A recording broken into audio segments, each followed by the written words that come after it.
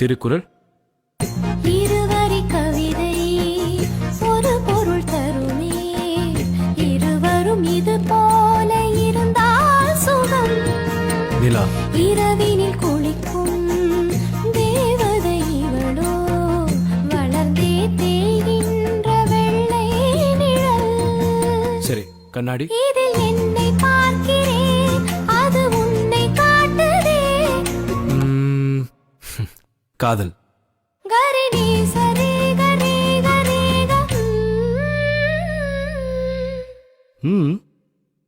நம் நான்கு கண்ணில் தோன்றுகின்ற ஒற்றை கணவனா. Wow, beautiful.